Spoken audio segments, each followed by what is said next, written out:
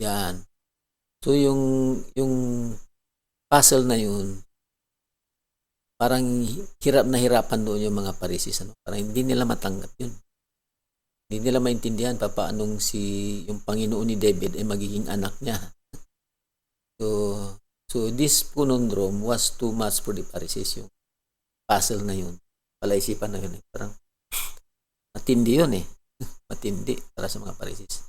Para sa kanila, the Messiah was to be a mere mortal of Davidic descent. So, para sa kanila, yung isang mortal lang magiging kaapu-apuhan ni David. Para naman sa mga propeta, it was revealed that Jehovah himself would condescend to be born of Mary.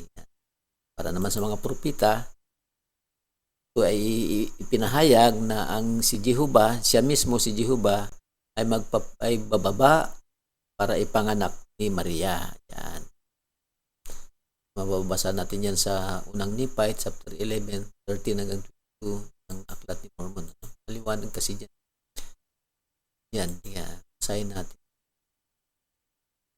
Pero yan, tuloy-tuloy ang paliwanag. But this single glorious truth had been hid from the Jews. Yan.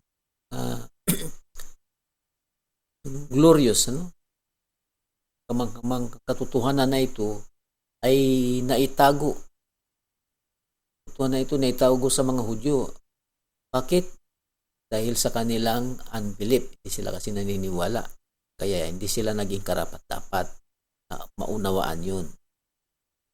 So Jesus then took advantage of their unbelief, turned the tables on the would-be inquisitors and stamped them with the riddle of how David's Lord could become David's son.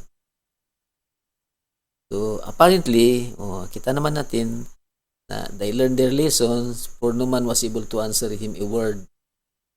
Neither durst any man from that day forth ask him any more questions, sabi doon. Dahil hindi nila nasagot yun, hindi na rin sila nagtanong. Hindi na nagtanong. Nahirapan sila doon. Pakita lang natin, ini-explain lang nito na doon pa lang alam na nila kahit ni David, alam niya na ang Panginoon niyang si Jehovah ay siyang magiging Mesiyas, siya ang pupunta sa mundo na tatawaging Jesus. Yan. So si Jesucristo ay naggumagawa sa ilalim ng direksyon ng kanyang Ama. Yan. Jesus works under the direction of the Father and is in complete harmony with Him. Ayun na yan, sinasabi ko kanina, di ba? Complete harmony sila. Kasundo talaga sila. Kung ano ang ginagawa ng Ama, yun din ang sa anak. Kagustuhan ng Ama, yun ang sa anak. All mankind are His brethren and sisters, He being the eldest of the spirit children of Him. Siya yung panganay na anak ni Elohim, si Jesus Christ, Jehovah. And sa espiritu, mga spirit children. Marami tayong talakayan yung tungkol pa sa spirit children na yun, pag-usapan nito. So sa Kolosas, aklat ng Kolosas, Kapitulo 1, versikulo 15 at saka 16 hanggang 17, mababasa natin. Sabi dito, si Paul, siguro ito nung sulat, si Pablo, who is the image of the invisible God, the firstborn of every creature. Yan. Yun daw yung mukha, larawan ng hindi nakikitang Diyos, ang panganay ng bawat nilalang. Jesus Christ yun, ang panganay. Sapagkat sa pamamagitan niya, for Him were all things created that are in heaven and that are in earth, visible and invisible, whether they be thrones or dominions or principalities or powers. All things were created by Him and for Him, and He is before all things, and by Him all things consist. Tagalogin natin. Mas maganda Tagalog. Sige natin ito. Taas mo na yung picture ko. Yan. Lakihan natin ito.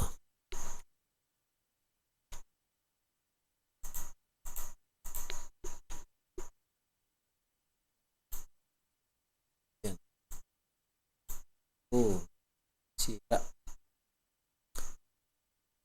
Basahin na lang natin, nababasa naman yan.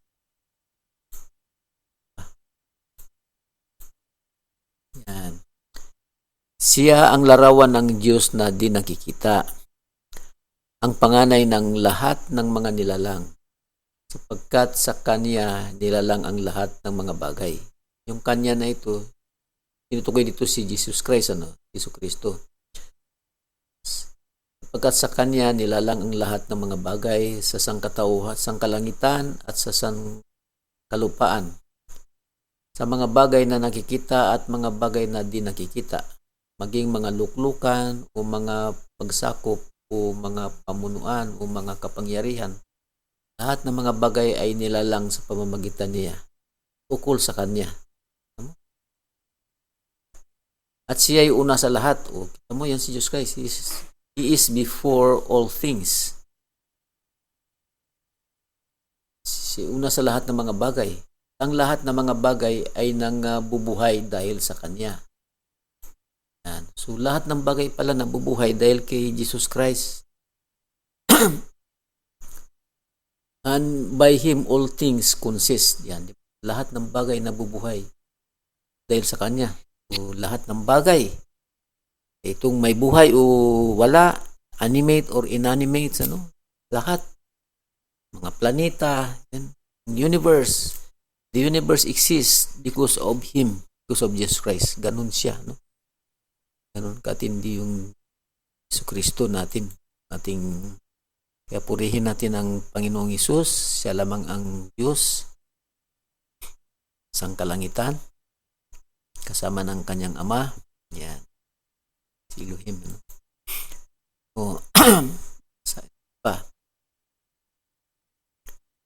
Many of the things that the scripture says were done by God were actually done by the Lord. Yun. So, pag sinabi, ginawa ng Diyos, ibig sabihin, yun ay ginawa ni Jesu Kristo. Yan. Halimbawa, sa Genesis chapter 1 verse 1. Nang pasimula ay nilikha ng Diyos ang langit at lupa. Yan. In the beginning, God created the beginning, God created the heavens and the earth. Ayan, Genesis. So, yung God na ito, tinutukoy, ay yung si Jehovah. Ang cross reference niyan ay sa John chapter 1, Okay, basahin natin. In the beginning was the Word, and the Word was with God, and the Word was God. Yan. Pasimula sa ibang ang simula ay berbo kasi word ay verb, Ang kaya naging berbo 'yon kasi siya yung word, siya yung action, siyang nag-action Parang si Heavenly Father yung architect. Siya yung engineer. Si Jesus Christ naman ang nagpatrabaho. Siya ang nagtrabaho. Siya yung foreman. Ganun yan siya. So, Jesus Christ works under the direction of His Father. The same was in the beginning with God. Simula pala kasama ng Diyos. All things were made by Him. Ang magitan ng Him na ito, yun ang word, And without Him was not anything made that was made. Kung wala siya, walang magawa. Mga nagawa na yun, hindi yun magagawa kung wala siya. Kasi nga siya ang nagawa Kaya in the beginning, kaya si Jesus Christ siya yung alpha, siya ang beginning. Siya rin yung end. Diba? Siya rin magtatapos nitong mundo He was in the world, and the world was made by Him, and the world knew Him not. O yun ang problema, Pumunta siya sa sanglibutan, ang sanglibutan ay ginawa niya, pamagitan niya, pero hindi siya nakilala. Totoo nga, maraming sabi, siya ay ordinaryong tao lang siya. Ay, tao naman talaga si Jesus Christ. Kasi, namana niya yung pagiging tao niya kay Maria, tao si Maria. Sino ba ang ama niya? Di ba ang Diyos? Ibig sabihin, nung hindi pa nare-resurrect si Jesus Christ, nung ipanganak siya ay half deity and half human. Kalahati siyang Diyos, kalahating tao. So, mistiso, And dahil doon, mayroon siyang kapangyarihan na mamatay. Kasi minana niya yung kay Maria bilang mortal Pero dahil mayroon siyang minana na kapangyarihan mula sa kanyang ama, yung Diyos, may kakayahan siyang buhayin muli ang kanyang sarili. Yun yan. Mababasa natin yan sa